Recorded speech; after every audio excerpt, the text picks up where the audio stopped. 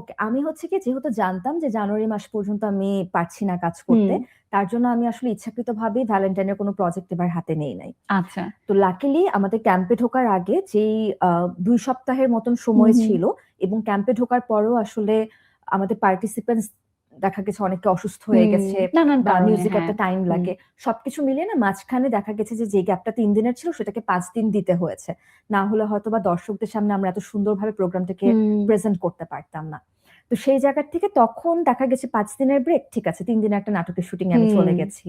বা ক্যাম্পে ঢোকার আগে যে ২ সপ্তাহের বিরতি, তখন আমি নাটক করেছি। তো ওই সময়টাতে আমার ৩ টা নাটক এখনো জমা পড়ে আছে। হ্যাঁ। ওই ৩ টা নাটক আমি জানি যে এবার ঈদে আসছে। হুম, হুম। আর এছাড়া হচ্ছে আসার পর আমি ৪ টা নাটক করেছি মানে হুম। ফেব্রুয়ারি মাসে। তো এই ৪ টা নাটকের মধ্যে আমি একদম কনফার্ম যে ৩ টা নাটক ঈদে আসবে, যাচ্ছে, রিলিজ পাবেই, রিলিজ হ্যাঁ। পাচ্ছে এই ঈদে।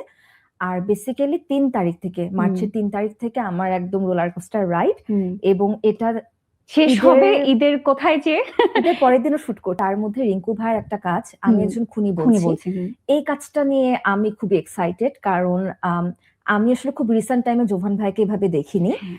আর আমাদের ডিওপি যিনি শুভ ভাইয়া, উনি খুবই সুন্দরভাবে ফ্রেমিং গুলো করেছেন।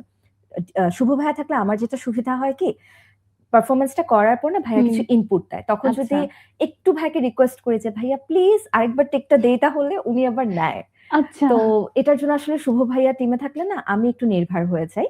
আর রিংকু ভাইয়া তো যখনই যে গল্প নিয়ে কাজ করেন, উনি চেষ্টা করে একটু ডিটেইলিং এ কাজ করার। তো সেজন্য আসলে সবকিছু মিলিয়ে হুম। এই গল্পটা নিয়ে আমি এক্সাইটেড, কোয়াইট এক্সাইটেড। আরেকটা কাজ আমরা করেছি। আ কাজটা যখন স্ক্রিপ্ট পড়েছিলাম হুম। তখন আহামরি কিছু মনে হয়নি। আচ্ছা। শুটটা করতে মনে হয়েছে যে না, দেয়ার ইস সামথিং বিগ, দেয়ার ইস হুম। সামথিং, মানে কিছু একটা ডিফারেন্ট হয়তোবা হবে। কেমন চরিত্রে আসলে চরিত্রটা তোমাকে খুবই দেখা যাবে? নরমাল। হুম। চরিত্রটা খুবই নরমাল। কিন্তু যেভাবে আসলে শুটটা করা হয়েছে, লোকেশনে যেভাবে আসলে ফ্রেমিংটা করা হয়েছে, সবকিছু মিলিয়ে আমি এবং আমার কো-আর্টিস্ট ২ জনই খুব এক্সাইটেড ছিলাম যে না, জিনিসটা ভালো হচ্ছে মনে হয়। আচ্ছা। আমরা হয়তোবা বুঝতে পারছি না। কিন্তু ইয়াশ করতে মনে রোহানের সাথে হচ্ছে। যে কাজ, না, এটা ইয়াশ এটা পায় না। এটা আচ্ছা। একদমই ফ্রেশ একটা জুটি দেখতে হুম, পারবে হুম। মানুষ ও! পর্দায়। সেটা কি সাসপেন্স রাখবে একটু তুমি? সাসপেন্স কেন? রাখতে আজকে চাচ্ছি। তো বলে দিতে পারতে। আজকে বলে দিতে পারতাম কিন্তু আমি আসলে সিউর না যে এটা এই ঈদে আসছে কিনা। ওকে। সো এটার জন্য একটু সাসপেন্স রাখছি। যদি এই ঈদে আসে তাহলে অবশ্যই আমরা সবাই খুব জোরসোরভাবে পোস্টার হুম। মানে অফিসিয়াল যেই রিলিজটা সেটা আমরা দিব হুম। সবাই। আর এছাড়া ২ টো স্ক্রিপ্ট হাতে আছে এখন। মনে হচ্ছে কাজটা একটু ভালো হবে। কিন্তু হুম।